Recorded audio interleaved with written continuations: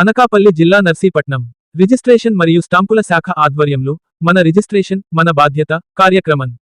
Registration మరియు స్టాంపుల శాఖ ఆంధ్రప్రదేశ్ ఆధ్వర్యంలో నర్సీపట్నం సబ్ రిజిస్ట్రార్ కార్యాలయం వద్ద మంగళవారం జిల్లా రిజిస్ట్రార్ మన్మథరావు ఆధ్వర్యంలో సబ్ రిజిస్ట్రార్ ఉమామహేశ్వరరావుతో కలిసి మన రిజిస్ట్రేషన్ మన బాధ్యత కార్యక్రమాన్ని ప్రజలకు చేరువ చేసేందుకు చర్యలు చేపట్టారు. ఈ సందర్భంగా జిల్లా రిజిస్ట్రార్ మన్మథరావు మాట్లాడుతూ వేగం, ఖచ్చితత్వం, పారదర్శకత అనే లక్ష్యంతో శాఖ సేవలను మరింత సమర్థవంతంగా అందించేందుకు ఈ కార్యక్రమం ఉపయోగపడుతుందని తెలిపారు. ప్రజల సందేహాల నివృత్తి, ప్రజల నుంచి సలహాల స్వీకరణ, సేవల వికేంద్రీకరణ, ప్రజల్లో అవగాహన పెంపొందించడం, సమస్యల పరిష్కారం వైపు అడుగులు వేయడమే లక్ష్యంగా రిజిస్ట్రేషన్ మరియు స్టాంపుల శాఖ ముందుకు సాగుతోందన్నారు. అనకాపల్లి జిల్లాలో ప్రజలకు రిజిస్ట్రేషన్ సేవలను మరింత సులభతరం చేసి పారదర్శకంగా అందించేందుకు అధికారులు కృషి చేస్తున్నారని తెలిపారు. జిల్లాలోని ప్రతి సబ్ రిజిస్ట్రార్ కార్యాలయం వద్ద రొటేషన్ పద్ధతిలో మన రిజిస్ట్రేషన్ మన బాధ్యత కార్యక్రమం నిర్వహిస్తామని, ప్రజలు శాఖ అందిస్తున్న సేవలను వినియోగించుకొని తమ సూచనలు, సలహాలు అందించాలని కోరారు.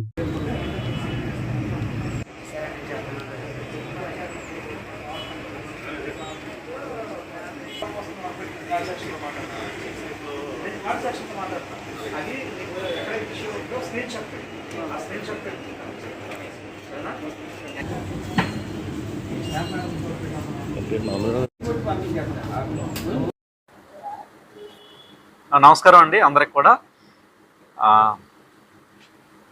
మన రిజిస్ట్రేషన్ మన బాధ్యత అనే కార్యక్రమాన్ని మన అనకాపల్లి జిల్లాలో రిజిస్ట్రేషన్ స్టాంప్స్ డిపార్ట్మెంట్ అనేది నిర్వహిస్తుంది. దీని ముఖ్య ఉద్దేశం ఏంటి అంటే, ప్రతి సోమవారం కలెక్టరేట్లో జరిగే మా పబ్లిక్ గ్రీవెన్స్ రిడ్రెసల్ సిస్టమ్ ఏదైతే పీజీఆర్ఎస్ కార్యక్రమం ఉందో, అదేవిధంగానే 1100 కాల్స్ అనేవి డిస్ట్రిక్ట్ లెవెల్ నుండి కానీ స్టేట్ లెవెల్ నుండి కానీ కక్షిదారులకి ప్రజలకి కాల్స్ చేసేటప్పుడు వాళ్ళ దగ్గర నుండి వచ్చిన ఇష్యూస్ కానీ వీటన్నిటినీ కూడా పరిగణలో తీసుకుంటే అసలు సమస్యని అర్థం చేసుకోవడంలో కానీ, సమస్య ఎక్కడుంది అనేది కక్షిదారులకు తెలవడంలో కానీ, లేదా ఏ సమస్యకి ఏ డిపార్ట్మెంట్ అనేది రెస్పాండ్ అవ్వాలి అనే ఒక యాంబిగ్విటీ ఉన్నట్టు గ్రహించడం అయింది. కాబట్టి ఇలాంటి పిటిషన్ చూసినప్పుడు అది రిజిస్ట్రేషన్ డిపార్ట్మెంట్ మరియు రెవెన్యూ డిపార్ట్మెంట్ యొక్క కామన్ ఇష్యూ అయి ఉంటుంది. బట్ కక్షిదారుడికి ఎక్కడికి వెళ్ళాలో తెలియట్లేదు, ఏ డిపార్ట్మెంట్ని ఆశ్రయించాలో తెలియట్లేదు.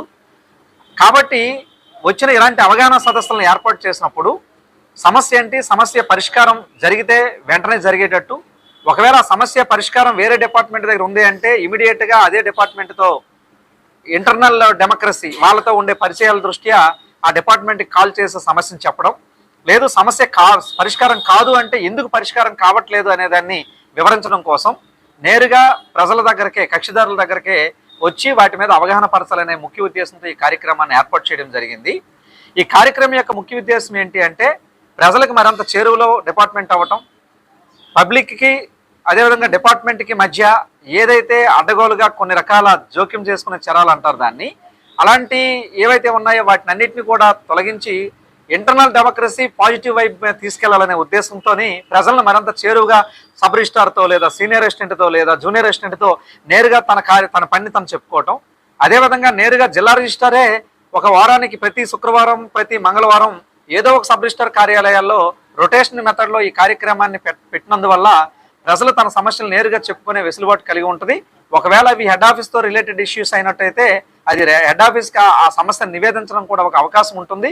ఫీల్డ్ లెవెల్లో ఉండే ప్రాబ్లమ్స్ ఏంటి, లేదా రిజిస్ట్రేషన్ యొక్క ఇంకా హార్డిల్స్ ఏమైనా ఉన్నాయా, లేదా ఈ మధ్యకాలంలో గవర్నమెంట్ రాష్ట్ర ప్రభుత్వం ప్రతిష్టాత్మకంగా ప్రవేశపెడుతున్న అనేక రకాలైన మాడిఫికేషన్స్ కానీ జియోస్ కానీ ఉన్నాయి. ఫర్ ఎగ్జాంపుల్ మనం ఇందాక డిస్కస్ చేసుకున్నట్టే గ్రామ కంటాల ఇష్యూ కానీ, అదేవిధంగా అసైన్డ్ ఇళ్ల స్థలాల యొక్క ఇల్లు స్థలాలు సంబంధించిన గతంలో ఇచ్చిన జియోస్ కానీ, వీటన్నిటిని కూడా 22A ఉన్నప్పటికి కూడా వాటిని రిజిస్ట్రేషన్ చేసుకోవచ్చనే జియోస్ అనే సర్క్యులర్స్ అనేవి వచ్చాయి.